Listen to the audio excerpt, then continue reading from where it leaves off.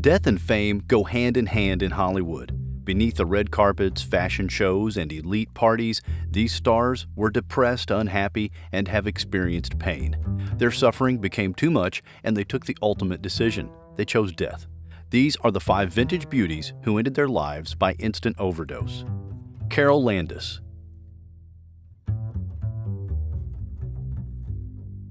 Carole Landis was born Frances Lillian Rietst in 1919, and she had a remarkable career that left a lasting impact on the entertainment industry. From her humble beginnings to stardom, Landis navigated the complexities of Hollywood with grace and talent, captivating audiences with her on-screen presence and versatility as an actress. Landis's career took off in the 1940s when she starred in a series of successful films that showcased her range as an actress. Known popularly for her comedic timing and dramatic abilities, she effortlessly transitioned between genres, winning the hearts of moviegoers and critics alike. Her performance in films such as 4 Jills in a Jeep and I Wake Up Screaming solidified her status as a leading lady in Hollywood. Beyond her acting skills, Landis was admired for her beauty, charm, and charisma, which identified her as a true star of the silver screen. Her talent extended beyond acting as she embraced her role as a World War II entertainer, bringing joy and entertainment to troops stationed overseas. Her dedication to supporting the war effort and boosting morale showcased her compassion and commitment to making a difference. Throughout her career, Landis worked with renowned directors and shared the screen with some of the era's biggest stars. Then, Carole found love, and that love came with poison. She fell in love with Rex Harrison. The problem was Rex had a wife. On the 4th of July, 1948, Carole hosted a pool party for friends in the early afternoon at her home on her final Independence Day, and the second to last day of her life. The guests leave except Harrison, who has stayed back for a more private dinner. During the meal, the couple argue. Carole wanted to be more than a mistress, and Harrison wasn't ready to give her that more. She wanted him to divorce his wife for her. Harrison refused, ended the relationship between the two of them, and left. The whole of Carole left with him. What remained was an empty husk. Carole filled a suitcase with gifts Harrison had gifted her and delivered it alongside a suicide note to their mutual friend actor, Roland Culver. Now, Roland didn't get the delivery till the next day. After getting the suitcase, Culver called Harrison to tell him about it. Upon learning of Landis's death, Culver burned everything that she had left in his driveway, including the suicide note. An autopsy was conducted, and Landis's death was ruled a suicide from an overdose of Seconal. Carole Landis's death came as a shock to family and friends. They never accepted that she died by her own hand and questioned the evidence presented after her autopsy report. They questioned Harrison's innocence, and a new revelation came to light. Harrison found her in her home with a weak pulse. Did he call 911? No. He instead tried to call Landis's private doctor. When he couldn't reach the doctor, he just left and never returned. Did Harrison truly have a hand in Carole's death? The following story is even more heartbreaking. Jean Seberg. Jean Seberg's early career was marked by a series of diverse and impactful roles that showcased her versatility as an actress. Following her breakthrough role in St. Joan, she continued to work on both sides of the Atlantic, appearing in a mix of American and European films. Another of Seberg's most notable early successes was her role in Jean-Luc Godard's groundbreaking French New Wave film Breathless in 1960. Her portrayal of the American Patricia in this film showcased her acting talent and solidified her status as an international star. Jean was also known for her activism and involvement in various civil rights causes. She was an outspoken supporter of the Black Panther Party and the social justice movements, using her platform to advocate for equality and change. However, Seberg was in trouble.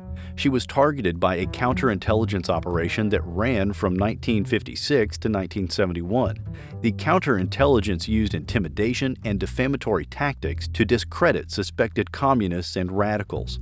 Being suspected as a communist turned the actress into a pariah. She lost the career she loved so much. Hollywood blacklisted her for several years, and it slowly consumed her. The actress's mental health crumbled. Did the counterintelligence stop? What do you think? Seberg's phones were tapped, she was followed, and her house was broken into. Fear gripped her. She felt unsafe and constantly paranoid.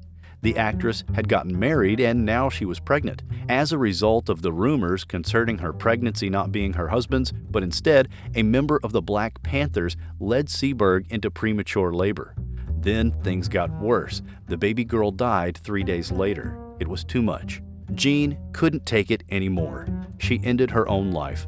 Before she died, the movie star had been missing for 10 days. She had left her apartment in Paris with a stash of prescribed barbiturates, wearing nothing aside from a blanket. When her decomposing body was found in the back seat of her white Renault parked on the street, she was still wrapped in it, dead. Dana Plato.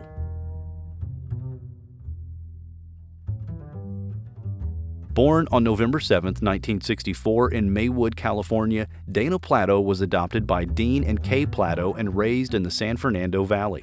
Her career in the spotlight began with her debut at a young age, appearing in numerous television commercials and guest roles on popular TV shows such as The Facts of Life and Family. Her transition from TV shows to film demonstrated her versatility as an actress and determination to expand her horizons in the entertainment industry. Her talent and screen presence caught the attention of casting directors, leading to her breakthrough role on Different Strokes. As a relatable teenager character, Dana became a fan favorite and a role model for many young viewers. The sitcom became hugely successful, making stars of its young cast of actors, including Gary Coleman and Todd Bridges. However, with instant success came the danger of Hollywood excess. Plato began experimenting with alcohol, marijuana, and cocaine alongside her young co-stars. She navigated the tide of success and adulation without healthy coping mechanisms, which soon spelled trouble for the young Plato. Despite the bright start to her career, Plato faced personal struggles that impacted her professional and personal life. The pressure of fame, personal challenges, and societal expectations took a toll on her well-being and contributed to her difficulties later in her career. On May 7, 1999, Dana Plato made an emotional appearance on The Howard Stern Show, during which she repeatedly claimed to be sober. But if she was hoping for a supportive environment, she didn't find it there. Many callers mocked her, and some even accused her of being stoned on the show. Angered and provoked, Plato offered to take a drug test to prove she was clean, and even allowed a producer to cut off a few pieces of her hair. However, according to the New York Post, Howard Stern said that Plato privately begged him not to test her hair as soon as they were off the air. She said, "I want my hair back." "That's when I knew she was lying," Stern said. "That's when I knew she must have been on drugs." Tragically, just 1 day later, Stern and the rest of America learned that testing Plato's hair for drugs wouldn't be necessary. Dana Plato died of an overdose on May 8, 1999. She was just 34 years old at the time, and her body was found in an RV that she had been sharing with her fiancé, Robert Menchaca. Plato had been in Moore, Oklahoma to visit family members. According to the Los Angeles Times, police initially believed that Dana Plato's death had been an accident. But a medical examiner later ruled her demise a suicide, citing the high level of drugs found in her system, including fatal concentrations of the muscle relaxant Soma and a generic form of the painkiller Lortab, and her history of suicidal tendencies. No suicide note was ever found. This is the devastating story of Dana Plato's short life and tragic death. The next vintage beauty also dies tragically. Margo Hemingway.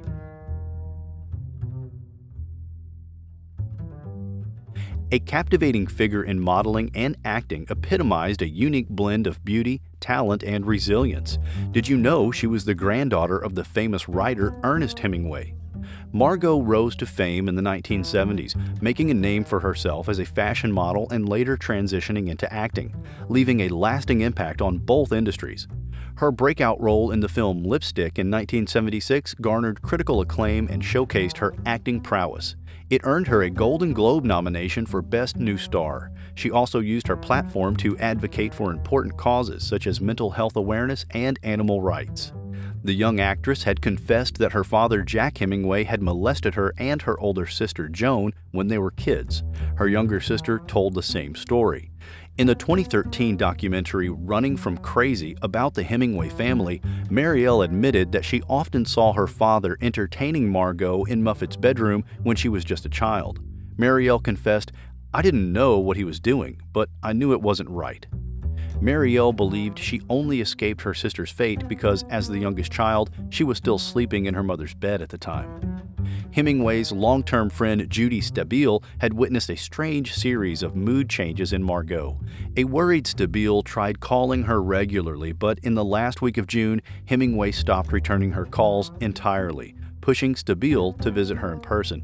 Little did Stabile know, by then, it was too late.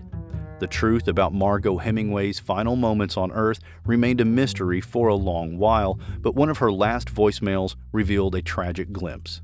Just 2 days before her body was found, Hemingway called a friend and left an erratic and rambling message on the machine that, looking back, amounted to a goodbye letter. In the last sentence, she mumbled, God loves you, and I love you too." It was believed and rumored that Margo and her entire family were plagued by the so-called Hemingway curse running through their veins. Laurie Bird.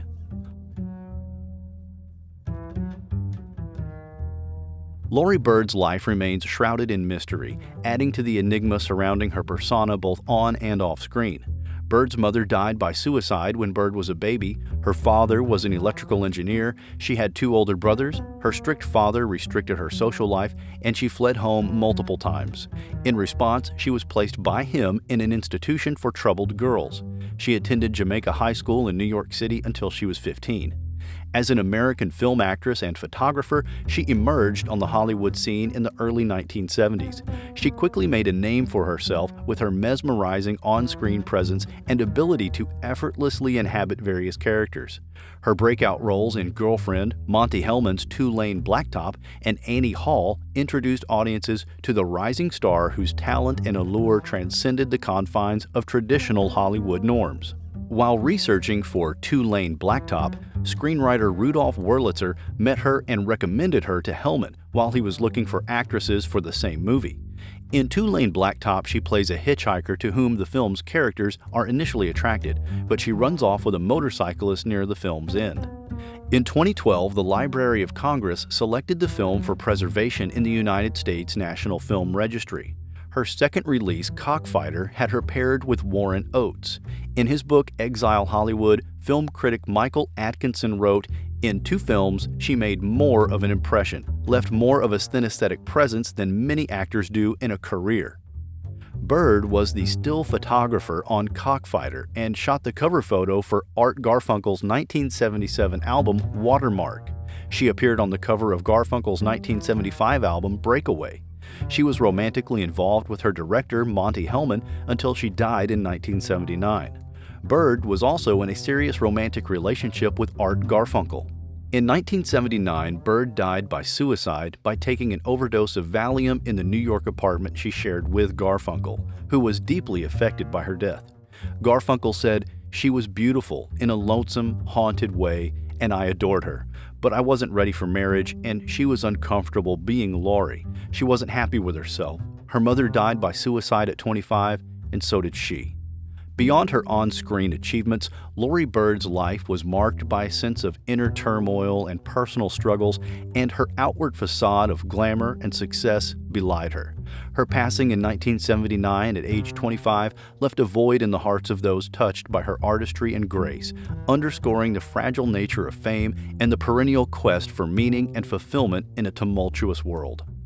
That concludes the video on 5 vintage beauties who ended their lives by instant overdose. If you found this video intriguing, then click on the following video.